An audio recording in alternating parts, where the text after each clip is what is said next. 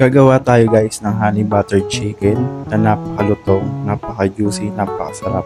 Napanood ko lang to sa YouTube, first time kong ginawa, pero masasabi ko sulit talaga. So simula niyan guys, binrain ko lang yung manok ng 1 oras. Pagkatapos kung i-brain, tinanggal ko yung tubig, lagyan ko ng asin, paminta, tapos kung meron kayong paprika, lagyan nyo ng paprika para mas masarap. Tapos garlic powder, chicken powder, tapos nilamas-lamas ko lang yung sobra. Tapos pagkatapos lamasin, nilagay ko sa isang lagayan, minarinate ko lang siya ulit after 1 hour. Yan, tanggalin ko lang ulit sa lagayan, lagyan ko na siya ng harina. Tapos cornstarch, siguro half cup lang parehas.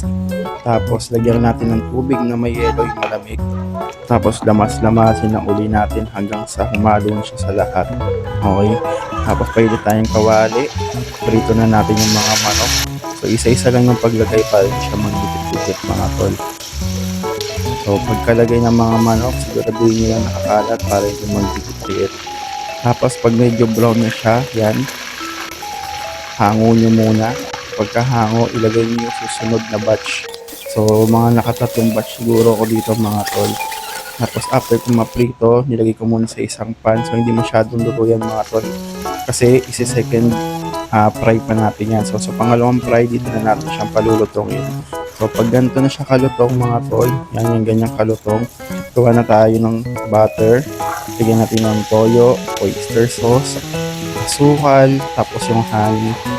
Lagyan nyo na rin ng papalapot mga bossing. Tapos pag okay na, ilagay nyo yung manok. Pagka nahalo-halo na, lagyan nyo ng sesame seed. So ayan mga bossing, tikman na natin tong luto na to. So kung napanood mo tong video na to at di ka pa nakapollow sa akin, follow mo na ako para mas magawa pa tayo ng mas maraming video na tulad nito.